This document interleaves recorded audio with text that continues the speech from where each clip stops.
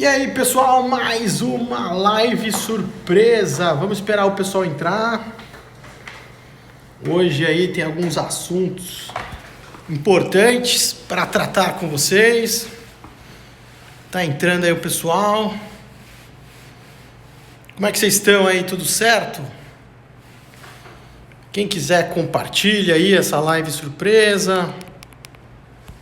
Boa tarde.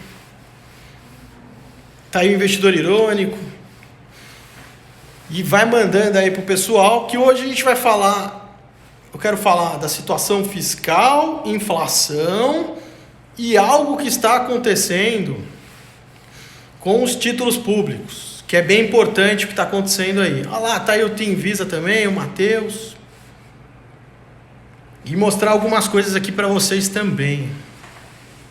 Ó, o Giancarlo, dia 5 de outubro já abre aí. Mas então, vamos lá. Tá aí meu amigo Renato Dini aí, abração para ele aí. Tá aí o Renan, abração para ele também. Tá o Marcelo. Então é o seguinte. Primeira informação importante, né? E que a gente tem que entender o que está acontecendo na dinâmica do país, né? Então, em primeiro lugar, o Brasil, desde 2010, o governo começa a gastar muito mais do que arrecada e não sobra dinheiro, não é? Nem para pagar as despesas não financeiras. Despesas não financeiras são aquelas que não contam nem os juros da dívida. Com isso, o governo tem que se endividar, mas para pagar juros da dívida tem que se endividar novamente. Com isso, você tem uma aceleração da dívida pública. E isso aí é muito ruim, gera uma série de ruídos, incertezas. Vou até mostrar para vocês, vocês sempre perguntam, né? Aonde dar uma olhada nesses dados? Então dá uma olhada aqui, olha só. Estamos aqui. Você vai entrar no site do Banco Central. Aí você vai vir aqui em estatísticas. Aí você vai vir aqui notas econômicas financeiras. E aí você vai vir aqui estatísticas fiscais. Aí tem todos os dados, mas aí qual que é o lance para você ter acesso a tudo? Você baixa a planilha, clica lá na planilha, aí vai abrir aqui, ó. Vai abrir a planilha e aí você tem todos os dados. Por exemplo, vamos dar uma analisada agora no último dado da dívida pública. Tem lá a dívida pública, dívida interna, externa. Tem aquilo lá que eu já ensinei para vocês, não é? Deixa eu botar aqui um zoom maior. Botar aqui um zoom de 200%. Você tem aqui aquela parte que não é contabilizada, né? Ó, na nossa metodologia, títulos livres da carteira. Enfim, então você tem lá uma dívida bruta que foi crescendo aí, ó, cresceu quase, isso na metodologia brasileira, tá? Que não conta esses títulos livres na carteira do Bacen. 75 vai para 86, só que na verdade maior, enfim. E para piorar, você teve uma política monetária que colocou a taxa básica de juros num patamar artificial e muito baixo. Então isso tem uma série de implicações, que é aquilo que eu venho falando para vocês também. Dificuldade do Tesouro Nacional em colocar esses títulos no mercado. E para o mercado pedindo que taxas de juros maiores. O que eles falam o seguinte: você, com essa situação fiscal que você tem, você quer me pagar só isso de taxa de juros para emprestar dinheiro para você? Você tá maluco, eu quero mais taxa de juros. Aí o Tesouro, para não aceitar, o que ele tem feito? Ele tem utilizado o chamado colchão de liquidez, que é um dinheiro que fica ali separado no mínimo 3 meses para pagar a amortização da dívida, juros da dívida, que é o chamado colchão de liquidez, e foi abaixando e usando isso a tal ponto que precisou fazer o quê? Aquele repasse do lucro contábil do Banco Central ao Tesouro. Essa é a primeira informação. Outra informação: coube ao Banco Central, via operações compromissadas, a colocar esses títulos que encalham no mercado. Só que o que é um prazo menor e uma taxa de juros maior. Então vamos dar uma olhadinha aqui, ó, as compromissadas como subiram. Ó, as compromissadas, vou marcar elas aqui, ó. Cadê as coresinhas aqui? Vamos botar um amarelo, vai. Ó, compromissadas, elas eram 951 bilhões de reais em dezembro de 2019. Olha aí, ó. Tá chegando a 1,5 trilhão já. Olha só o aumento. Isso que ela já vinha aumentando há muito tempo. Isso é o que? É o que? É os títulos que estão encalhando e cabe ao Banco Central colocar. Agora, vamos à situação atual, que é justamente isso que eu quero conversar com vocês. A dificuldade agora é tremenda na colocação dos títulos, que os títulos Tesouro Selic, que é a chamada LFT, Letra Financeira do Tesouro, não tem demanda. Então, nos últimos leilões, para vocês terem uma ideia, quase a metade do que o Tesouro tentou vender no mercado não teve interessados. E a demanda por esses títulos está muito ruim, não há liquidez também no mercado secundário, que é o mercado secundário é o quê? Você vai lá, compra do Tesouro Nacional, depois se quiser comprar, vender de outros investidores, outras instituições, você vai no mercado secundário.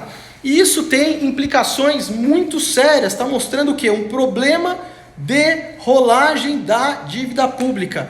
Não cabe mais essa política monetária e nem essa taxa de juros. Você distorceu toda a curva de juros. Então, isso tem um impacto. Quem quiser estudar, dá uma pesquisada na crise da marcação a mercado de 2002.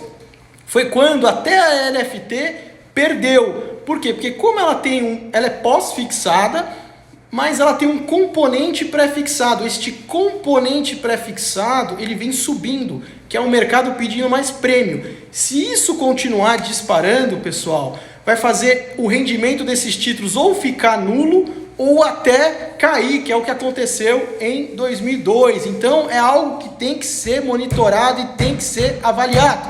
Outro ponto, para a gente derrubar os mitos. Os caras falando da inflação. Aí fala assim para vocês, a inflação não é o arroz. É verdade, a inflação é uma alta generalizada nos preços, ok? E inflação é um fenômeno monetário. Quando que acontece a inflação? Quando você tem uma oferta monetária numa proporção muito maior do que a oferta de produtos e serviços daquela economia. Então, por exemplo, se todo mundo ganhasse R$1 milhão agora, o Banco Central emitiu e deu R$1 milhão para todo mundo. Só que a capacidade de produção do país, de produzir tantos geladeiras, fogão, etc., alimentos, etc., ela é restrita ao limite da matéria-prima, da mão de obra, do tempo para conseguir, da tecnologia para saber produzir aquilo. E de repente todo mundo tem poder de compra e sai para consumir. O que acontece se você tem uma restrição de oferta de produtos e serviços? Dispara. Richard, mas eu quero comprar no exterior. Para comprar no exterior você precisa comprar, por exemplo, dólares. Todo mundo vai comprar dólar, o que acontece com a taxa de câmbio? Dispara. Então não adianta você criar moeda, né, achando que isso vai gerar riqueza. E o processo inflacionário tem várias consequências, como incentivar maus investimentos, como bolha em classes de ativo, pode ser títulos da dívida, pode ser ações, e outra consequência muito conhecida é a inflação de preços quando chega também ao consumidor. O ponto é, a inflação alta generalizada já vem acontecendo? Sim. Quando você pega índices como IGPM, IGPDI, só que são índices que têm um peso maior de preços no atacado, então pega cadeias de produção lá para trás e já vem sendo pressionados há muito tempo. Só que as empresas não têm como absorver isso, então as empresas estão tendo um aumento brutal nas matérias-primas, um aumento brutal que a gente já tem visto também em materiais de construção, ou seja, a margem de lucro das empresas vem sendo espremida. Então, o repasse ao consumidor final já vem acontecendo e tende a acontecer ainda mais porque a empresa ou ela faz isso ou ela vai à falência. Ela não tem como absorver, as margens dela já estão espremidas. Então, olha só o fenômeno monetário que acontece lá atrás e as consequências que vão, né? Outro ponto importante é que a inflação, ela importa aonde esse dinheiro novo entra. Só que ao contrário de 2008, por exemplo, nos Estados Unidos, que o dinheiro novo criado entrou e se concentrou no mercado financeiro e que você não teve um aumento tão brutal da oferta monetária, agora você tem um aumento brutal da oferta monetária e o dinheiro se espalhando por toda a economia, com esses programas de apoio à renda, por exemplo. Vamos dar uma olhadinha aqui no indicador da oferta monetária, né? Afinal, falou, tem que mostrar, é ou não é? Então vamos ver aqui, ó, pessoal. Vamos ver primeiro a variação anual da oferta monetária no Brasil. Vamos colocar aqui o gráfico máximo. Olha, essa aqui é a variação desde o começo do Plano Real. Vamos colocar aqui uma retazinha horizontal para mostrar para vocês, ó. Já é a maior variação do Plano Real, exceto a de 2008.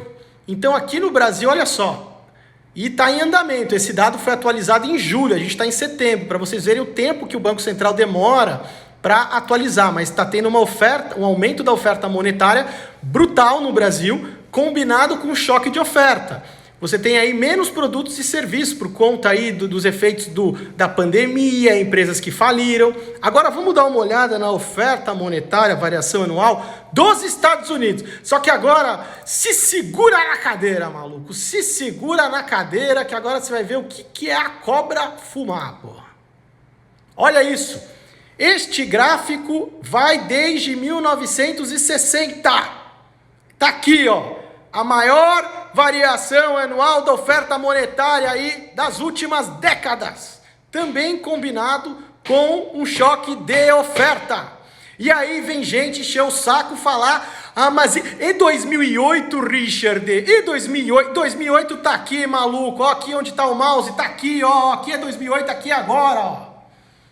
Olha só, e agora combina com um choque de oferta e combina com 2008, espalhando a grana e o helicóptero de dinheiro por toda a economia, não mais concentrada no mercado financeiro.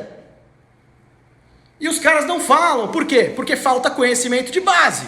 Por isso que eu falo para vocês que economia tem que estudar, tem que ser mente aberta, tem que estudar todas as escolas de pensamento, todas, mesmo aquelas que você odeia e discorda, porque você tem que saber mais que os caras que você quer criticar.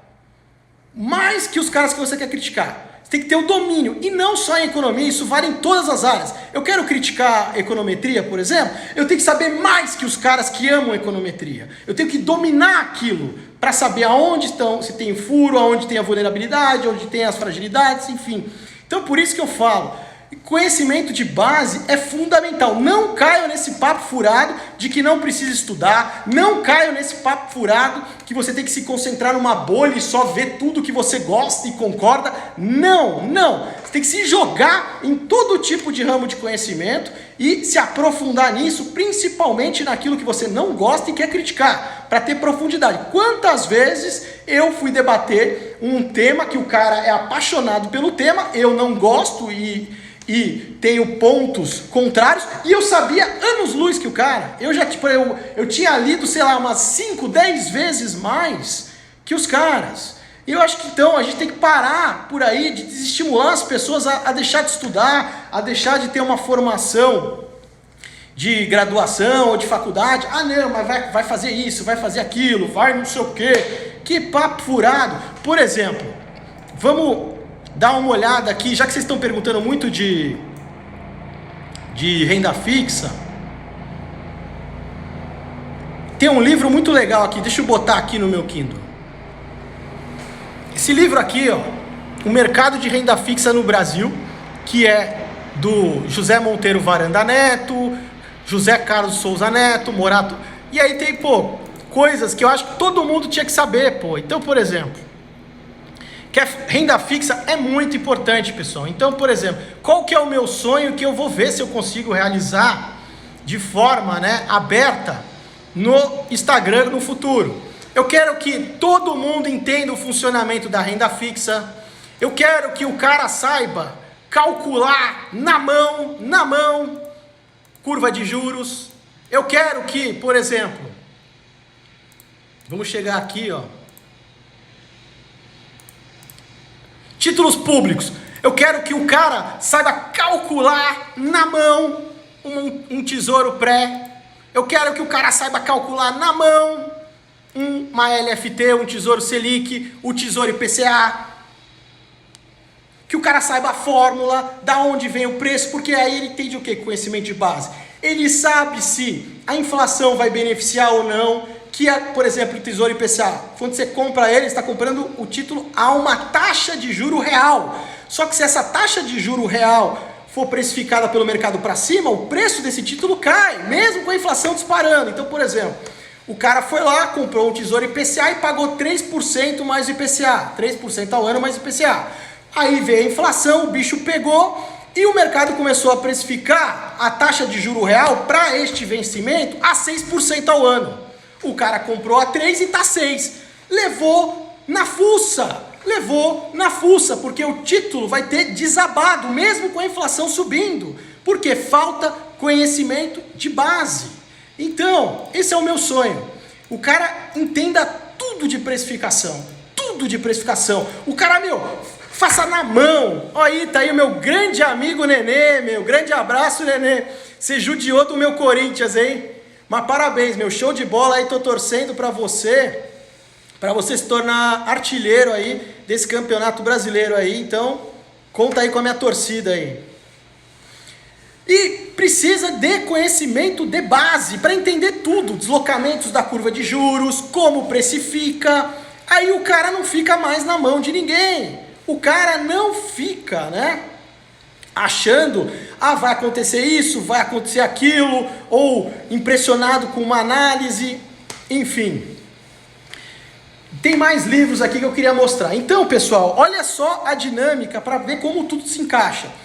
A situação fiscal, a política monetária atual, que impacta também na política cambial, no que está acontecendo com o dólar, que impacta nesta rolagem da dívida. Quanto tempo faz que eu falo para vocês que estamos com um problema, que o Tesouro está tendo um problema para, financiar a dívida?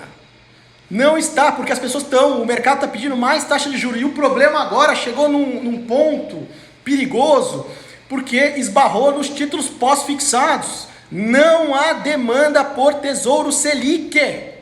Não há demanda neste patamar. E quarta-feira agora, a gente tem a reunião. Então, por exemplo, vamos dar uma analisada aqui. Cadê? Deixa eu virar aqui.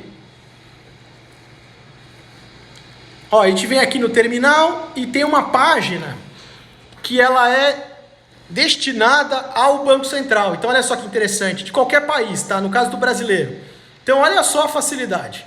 Tem quando que vai ser a próxima reunião, como é que está o mercado interbancário, as últimas notícias, tem todo tipo de intervenção que o Banco Central faz em detalhes, todas as calculadoras, DI Futuro. Então, por exemplo, eu quero aquele seguro da dívida soberana brasileira, CDS, eu abro aqui. Não, eu quero ver os DIs futuros. Aí eu vou, clico e vejo como é que está a estrutura da curva, enfim. E quarta-feira agora, por que eu estou mostrando isso para vocês? Quarta-feira agora, dia 16 de setembro, a gente tem uma reunião do Banco Central e vai ser importantíssimo para a gente ver, o que eles vão falar em torno desta dinâmica. Não pode perder o controle da política monetária. Isso aconteceu em 2002, então eu vou contar para vocês em 2002 o que aconteceu. Deixa eu ver se eu acho aqui. A notícia. Em 2002, eu vou contar para vocês, a gente teve o período eleitoral, que foi um período eleitoral extremamente tenso. Deixa eu ver se eu acho aqui. E aí o que aconteceu? O Banco Central, na época, teve a brilhante ideia, deixa eu ver se eu acho aqui, pessoal. Quero muito achar essa manchete. Eu vou achar. Cadê? O Banco Central teve uma brilhante ideia na época. você tinha uma procura muito grande. Ah, achei não. Quase. Ah, achei, maluco. Se segura na cadeira agora. Direto do túnel do tempo, olha lá. Junho de 2002. A crise da marcação a mercado. Cotas de fundo DI perdem até 5% do valor, aí a cobra fumou, inventaram a incerteza derruba títulos, olha lá, perda de fundo. Inventaram a certificação Ambima CPA 20 e tal. E aí como é que foi a história? O Banco Central, quer ver, deixa eu ver se eu acho aqui. O Banco Central, ele teve a brilhante ideia de fazer o seguinte, o mercado, ele tinha uma procura muito grande por títulos cambiais. Na época, era chamada de Nota do Tesouro Nacional, série D de dado. Nota do Tesouro Nacional de série D de dado. E aí tinha procura. Aí ele falou, a gente precisa rolar a nossa dívida também. Tive uma ideia brilhante. Vamos vender a nota do Tesouro Nacional série D, só que uma venda casada com a LFT, que é o Tesouro Selic. Ou seja, para você comprar o título cambial na época, você era obrigado a comprar uma letra financeira do Tesouro. Tá bom. O que aconteceu? Tinha um leilão lá, os estrangeiros, tinha as instituições, todo mundo comprava ambos os títulos, porque era o pacotão do Bacen. Só que aí, maluco, guardava na minha carteira o título cambial e socava no mercado, ou seja, vendia a mercado a LFT. Então vocês entenderam? Eu comprava os dois, que eu era obrigado, mas eu vendia imediatamente o Tesouro Selic, que chama letra financeira do Tesouro, e segurava o cambial. O que aconteceu? Começou a pressionar esses títulos para baixo, esse componente pré-fixado que tem o Tesouro Selic. E o deságio começou a aumentar muito, dando uma sensação de calote. E isso, adivinha o que acontecia? Puxava ainda mais para cima o dólar. E o título, justamente o título que eu tinha guardado. Então, todo mundo adorava o leilão do Banco Central, essa barbeiragem que eles fizeram na época em 2002. Porque aí, nossa senhora, era queimar no mercado a LFT e segurar o cambial e só valorizar. Conclusão, na época, os fundos de renda fixa não marcavam a mercado, Eles marcavam o que chama marcar na curva, que é o quê? É considerar como se o título não flutuasse e estivesse pagando no dia aquilo lá, bonitinho, a taxa básica de juros, que é a Selic. O que acontece na época? Quem era bem informado e acompanhava o mercado, via que esses títulos estavam caindo muito. E as cotas dos fundos não refletiam este prejuízo. E aí o cara fazia o quê? Pediu o resgate, meu amigo. Pediu o resgate e saía no valor da cota cheia. E deixava a bomba para os desavisados. Aí o Banco Central falou, marca mercado esse troço aí, porque está tendo transferência de riqueza entre os cotistas. Vamos marcar. Passava um tempo e nada. Marca mercado, meus amigos. Vamos marcar. Passava o tempo e nada. Até que chegou um dia que o Banco Central perdeu a paciência e falou, meus amigos, segunda-feira será obrigado a marcar mercado. Aí na segunda-feira você teve a marcação a mercado e as cotas dos fundos refletiram esse prejuízo. E aí você teve este susto. As pessoas descobriram que os fundos ultrasseguros, que o Tesouro Selic, a letra financeira do Tesouro, tem como ter prejuízo também. Justamente por perderem o controle da política monetária combinada a isso. Agora não, agora a gente tem essa obrigatoriedade da marcação a mercado para títulos que você não vai segurar até o vencimento, ainda bem. Porém, eu vejo que as pessoas não têm o conhecimento de base 18 anos depois para entender a dinâmica da renda fixa brasileira. Da mesma forma que eu alertei vocês que tinha um problema de liquidez sério no crédito privado no Brasil, estou alertando vocês que estamos com um problema em títulos pós-fixados. No Brasil, a LFT, Tesouro Selic, coisa que não pode acontecer. Não pode acontecer. Não pode acontecer. E por que isso está acontecendo? A combinação de uma taxa básica de juros artificialmente baixa, combinada com uma situação fiscal de deterioração. Você tem o maior déficit fiscal da história do Plano Real, você tem uma aceleração do endividamento, mesmo com essa taxa de juros baixa. E a taxa de juros que incide nos títulos da dívida, ela está totalmente descolada da taxa básica de juros. Então, o Banco Central mesmo está perdendo a potência da política monetária. E ninguém fala nada. Cadê os caras falando alguma coisa por aí? Ninguém está nem aí. Eu fiquei quantas semanas e meses aqui berrando, me esgoelando para falar da situação fiscal até o negócio entrar no radar. Até quanto tempo eu fiquei falando aqui para vocês que temos um problema de rolagem na dívida? Não, ninguém está nem aí, é pecado, não é patriota, é não sei o quê. Temos que ser técnicos, pessoal. Da mesma forma que a questão envolvendo a nossa própria moeda, o real. Quanto tempo eu estou avisando para ir se expondo ao dólar? Desde lá dos 3,80, abaixo de 3,80, vai se expondo, etc. Não fique. Quer ver outra sacanagem? Essa é a verdade, essa é a palavra? BDRs. BDRs é uma forma indireta de você se expor às ações de empresas com sede fora do Brasil. A maior parte que o pessoal quer se expor são empresas americanas. Porém, olha só, vê se vocês já se perguntaram isso. O grande mercado de alta americano, ele começou no final de 2008, começo de 2009. Porra, o negócio tem 11 anos. E deixaram os brasileiros de fora deste grande mercado de alta dos Estados Unidos, só que agora, aos 50 minutos do segundo tempo, quando os mercados em termos de precificação estão muito caros, os caras fazem o quê? Ah não, agora você pode se expor a BDR, e não precisa ser mais investidor qualificado. Então, além de manter uma exposição indireta, os caras querem botar os brasileiros no final da festa, e não no começo. Quando você tem enxurrada de IPO lá, enxurrada de IPO aqui, sinais de vulnerabilidade. Então, são coisas que eu fico possesso. Eu falo, pô, os caras querem botar os caras no final da festa, deixar os caras de fora há 11 anos e agora querem encher o saco. Ah, fala certo, né? É bizarro demais. Ah não, mas agora você pode, agora você não sei o quê. Que nem, por exemplo, hoje teve um sinal no mercado financeiro internacional.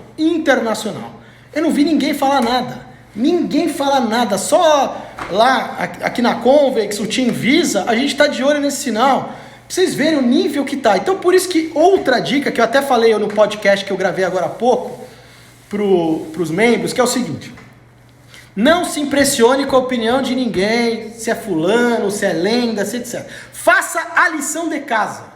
Então, o cara falou, vai ver o que o cara falou em momentos que antecederam outras crises, em momentos que antecederam outros mercados de alta. Veja se o que o cara falou, ou se existia, em primeiro lugar. Vê o tracking record do cara, porque até lendas também. Você vê o Warren Buffett, em 2008, falava que o real ia se valorizar, ia ficar 1 para 1 com o dólar.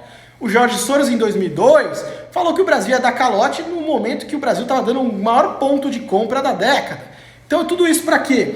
Para vocês se tornarem extremamente técnicos. Mindset em dia, pessoal. Não se impressione com a opinião de ninguém. Vão atrás de conhecimento de base. Aprendam, criem ferramentas, criem modelos. Eu ponho a cara aqui para bater, para quê? Para inspirar mais e mais pessoas a irem atrás disso, a quererem estudar mais, a quererem criar mais, a quererem aprimorar coisas que viu aqui ou viu ali. Para o quê? Para se expor da forma correta aos mercados e se manter investidor por toda a vida. Porque o ponto de partida é o quê? Para você ter o seu portfólio global com caixa de... Vamos ver se dá para fazer aqui na lousa. Deixa eu ver se eu acho aqui o troço aqui. Vamos ver. Vamos falar de portfólio global agora. Portfólio fractal, que é a forma como eu utilizo. Vamos ver se essa canetinha está funcionando aqui. Aí eu vou botar aqui para vocês. Portfólio global, tá, pessoal? O que você tem que pensar? Você tem um cenário base, correto? Você tem um cenário base.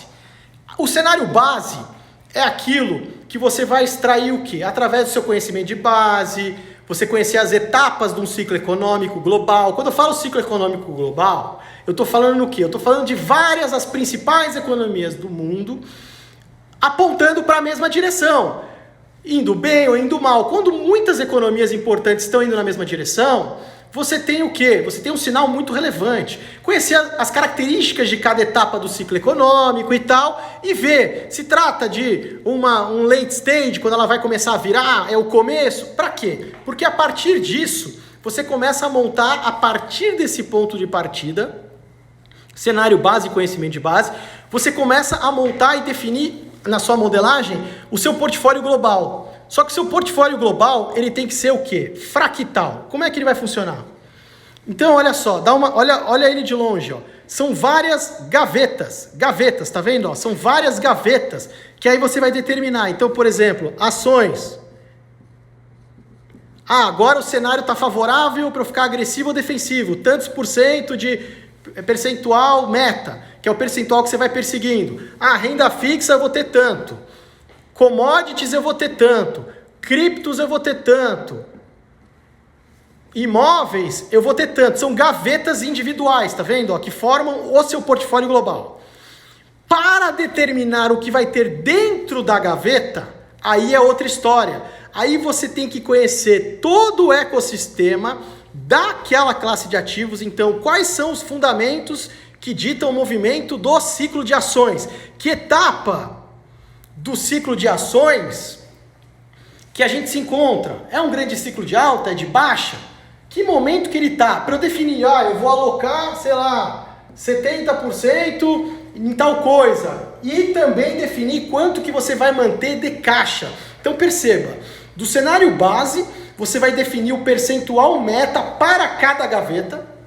E dentro de cada gaveta, o que determina a alocação dentro dela é o ciclo específico daquela classe de ativos. E quando você olha o todo disso, você tem um portfólio global fractal, tá vendo? São fractais, eles estão como se tivesse individualmente, mas o todo forma o mesmo. Que é o quê? É você mensurar o nível de fragilidade no sentido de que tipo de ciclo que eu estou lidando nas ações. Que tipo de ciclo que eu estou lidando na renda fixa? É hora do pré-fixado? É hora do pós? É hora do indexado à inflação? É hora de qual país que está? Commodities. Agora é hora de metais preciosos? Agora é hora de commodities agrícolas? Ou uma combinação delas? Criptos. Que tipo de cripto que eu tenho que estar? Maior parte ali Bitcoin? Ou posso botar alguma altcoin ou não? E o mais legal... Toda gaveta individualmente, ela é dividida como internamente? A alocação que você vai fazer no próprio ativo e o percentual que você vai destinar à opcionalidade. Ou seja, o seu caixa, por exemplo, você pode botar outras camadas de proteção além do caixa também.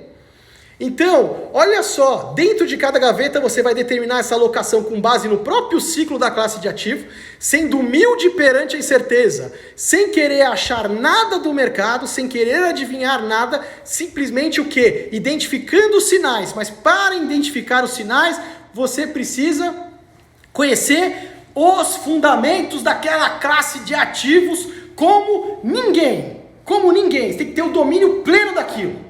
Tem que ter. Tem que saber. E quando o pessoal fala, não precisa se preocupar, é o atalho, é etc. Não, estamos falando do seu patrimônio. Estamos falando também de um conhecimento que ninguém mais vai tirar de vocês e que vocês podem repassar para as futuras gerações da sua família. Então, eu tenho que saber quando é a hora do pré e do pós-fixado na renda fixa. O que é a curva de juros? O que o cenário base está me apontando para os impactos na renda fixa? O que o cenário base está me apontando nos impactos para imóveis? O que o cenário base me aponta para impactos em ações? E dentro de ações, estou num grande ciclo de alta, de baixa? Em que etapa? Já começa a aparecer sinais de esgotamento? O que faz, não é, o mercado acionário se desenvolver no longo prazo? E aí você vai explorando. Você vai ter, por exemplo, dicas de livro, mais dicas. Por exemplo, ações, você tem que saber valoração, você tem que saber valuation. Então, por exemplo, vamos botar aqui. Este aqui é um livro em português bacana, que é do Alexandre Póvoa. Este livro aqui também é um dos melhores de valoração também. Muito bom. Quer saber renda fixa, por exemplo? Tem aquele que eu indiquei, tem esse outro aqui também, que eu sempre indico, Manual de Gestão da Renda Fixa. E conhecimento de base, pessoal. Então você vai dominando e aquilo ninguém te tira, não é... Então é o que eu falo, ao invés de você perder energia tentando prever, se preocupando com a opinião dos outros, se desgastando sua relação familiar, etc., não perca tempo. Se é para perder, né, despender o seu tempo, o tempo é escasso. Utilize para aprimorar conhecimento de base. O meu post de hoje é isso, pessoal. Todo dia eu tenho que aprender algo novo. Se eu não aprender algo novo, eu não posso dormir. Essa é a minha regra. Se eu não aprendi algo novo, eu não posso dormir. Que nem hoje eu estava lendo uns livros mais técnicos de geometria fractal, pô, aprendi alguns sets que a gente chama, né, algumas configurações novas, agora eu posso dormir. Ou aprender outras coisas de outras áreas. Então, tudo se conecta. Por exemplo, crescimento de longo prazo. Quer ver? Vamos voltar para a lousa. Vamos usar essa lousa aí hoje. Vamos falar de economia agora. Uma coisa importante para vocês, como brasileiros, todos nós brasileiros, a gente entender o que vai determinar o nosso crescimento sustentável da economia. Então, olha só. Vamos supor que isso aqui é a tendência de longo prazo da economia, tá vendo? E aqui a gente tem a tendência de curto prazo da economia. O que determina o crescimento de longo prazo de uma economia? Você tem dois motores do crescimento sustentável de longo prazo. Primeiro deles, investimentos. E quando eu falo nível de investimentos numa economia, não tem nada a ver com a aplicação financeira. É tudo aquilo que aumenta a capacidade instalada do país, infraestrutura, tudo ligado a conseguir produzir mais e melhor.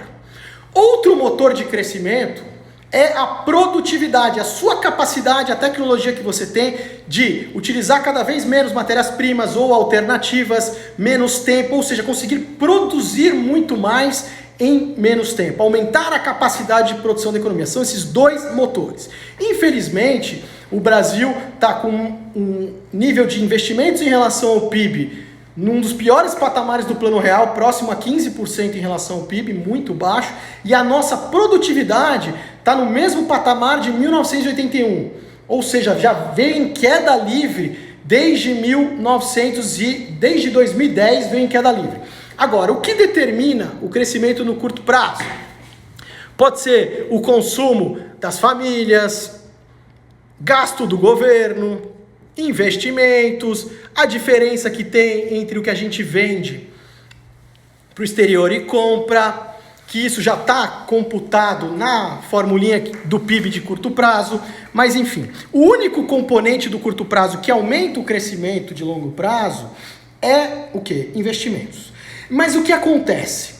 Como no curto prazo você consegue puxar o PIB, o crescimento econômico, via consumo de famílias e gastos do governo, o que é muito comum acontecer? Por causa do calendário eleitoral, você vai lá e gera crédito.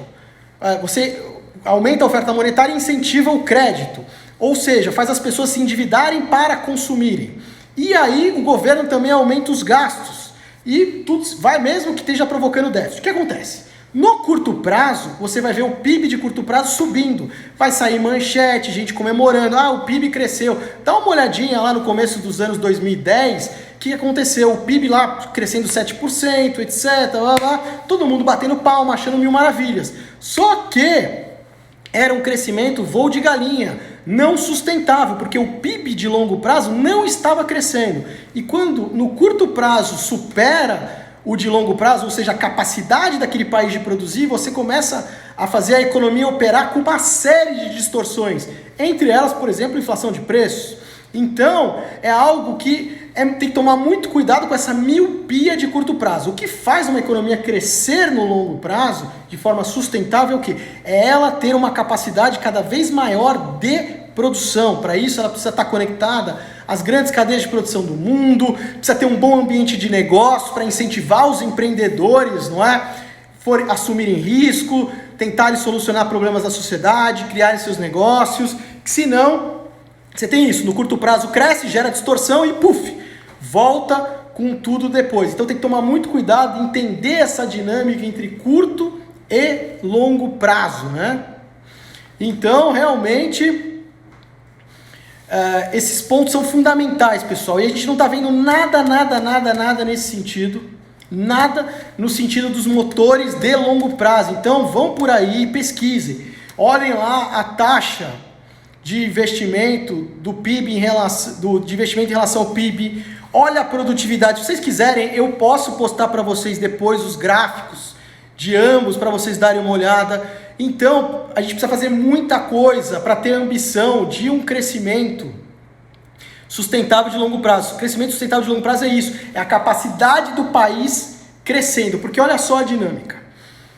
O que gera riqueza e renda em qualquer economia do mundo e país? É quando você tem uma oferta bem sucedida no mercado. Então eu, como empreendedor, fui lá, identifiquei um problema, solucionei, trouxe uma solução, tenho um produto, um serviço e que os consumidores querem, vai ajudar eles. Faço a oferta bem sucedida no mercado. Ao fazer essa oferta, eu gerei renda, não só para mim, mas para todos os envolvidos junto comigo e na cadeia de produção. E esta renda pode ser o quê? Poupada ou consumida. Eu posso ir lá e consumir. Agora, o que acontece quando eu não gerei renda e eu simplesmente, foi criado dinheiro, eu peguei o crédito e fui lá e gastei, me endividando. Isto é sustentável? Isso é sustentável? Isso aumenta a renda ou aumenta a fragilidade? Está percebendo um caminho? Oferta bem sucedida, renda, consumo. E outro, dívida, consumo. Percebe só como realmente você tem este problema? Deixa eu ver se no Banco Central aqui, a gente consegue, para finalizar, porque eu acho que eu já falei demais, daqui a pouco vocês vão querer me matar, né? Vamos botar aqui o endividamento das famílias brasileiras. Quem sabe faz ao vivo, maluco. Aqui não tem tempo ruim, não. Vamos lá, estamos aqui no Banco Central. Estou baixando aqui a planilha. Já vou botar para vocês. Aqui não tem tempo ruim, não, maluco. Aqui quem sabe faz ao vivo, meu. Os caras querem roteirizado, querem não sei o quê. Aqui não, aqui. Por isso eu gosto de live, meu. É ao vivo mesmo e é isso aí. Vamos lá, tô arrumando aqui o gráfico já. Endividamento das famílias brasileiras. Vamos lá. Endividamento das famílias brasileiras em relação à renda anual delas. Quando fala dívida, são todas as dívidas que as famílias brasileiras têm com o sistema financeiro nacional. Inclui cartão de crédito, cheque especial, inclusive crédito habitacional. Tem tudo aí que os caras têm em relação ao que os caras ganham ao longo do ano, a renda anual. E aqui a gente tem um gráfico que eu montei aqui rapidamente no Excel, baixei agora, desde janeiro de 2005 até o último mês que foi atualizado, que foi o mês de junho. Ó, Banco Central, atualiza esses negócios aí, meu, tá demorando muito para atualizar. Olha só, pessoal, neste período que eu tô botando o mouse aqui, que é o período de 2013 e 2015, chegou a 45% da renda anual comprometida com dívidas. E aqui foi uma bolha de crédito. Aí veio a recessão de 2015 e caiu. Ah, é, maluco? Olha onde que tá essa taxa Selic aí, baixa, incentivando endividamento, você aumentando a oferta monetária, falando para as pessoas que tá mil maravilhas. Olha só, em junho, estamos em setembro, estamos no maior patamar da série histórica de endividamento das famílias. 46,75% está comprometido em dívidas com o sistema financeiro nacional. Ou seja, as pessoas já estão passando tudo isso aí com dívida. E o que estão incentivando as pessoas a fazerem mais? Mais dívida. Então, olha só a situação, mais um ponto que está fora do radar. Repito, isso está fora do radar, o endividamento das famílias. Olha só o patamar, ninguém está falando nada. Se fosse outros tempos, estaria todo mundo, ah não, na maior gritaria, não sei o quê, não pode falar isso, meu. Mas por que você fala isso? Ah, não sei o quê. Então, realmente, não é? Eu gostei que o pessoal falou live raiz, pô, é isso aí mesmo. Live raiz, é isso aí. Live eu acho que o Instagram criou justamente para isso. Você tá lá, você entra o quê? Ao vivo, sem roteiro, sem planejamento, sem nada, e você interage lá com seus amigos ali que estão te seguindo. Então é justamente isso. Então, olha só quantas coisas fora do radar, pessoal. Quantas coisas fora do radar. E que tem que entrar no radar o quanto antes. Então, a gente falou da situação fiscal, falou de política monetária. Outro dia eu quero falar um pouco mais também, falei um pouco, mas quero falar mais de política cambial. Falamos de portfólio global fractal, organizado em gavetas separadas, e cada gaveta com a sua alocação, não é? Inclusive, olha só que legal, né? Não sei se isso ficou claro, mas cada gaveta tem o seu percentual de caixa específico. Então, ao invés de você ter um portfólio que tem um caixa para todo mundo, aqui é fractal, maluco, ou seja, cada gaveta tem o seu percentual de caixa específico com base no quê? Com base nos ciclos daquele próprio ativo, com base nos sinais daquele ativo. Então, eu acho que esse é o ponto mais importante. O pessoal perguntando do livro, né? O livro aí tá vindo aí, primeiros meses de 2021. Vai ser uma coisa assim bem legal. Vocês estão ajudando muito, eu recebo muita sugestão, as perguntas que vocês mandam. Temos muitos assuntos.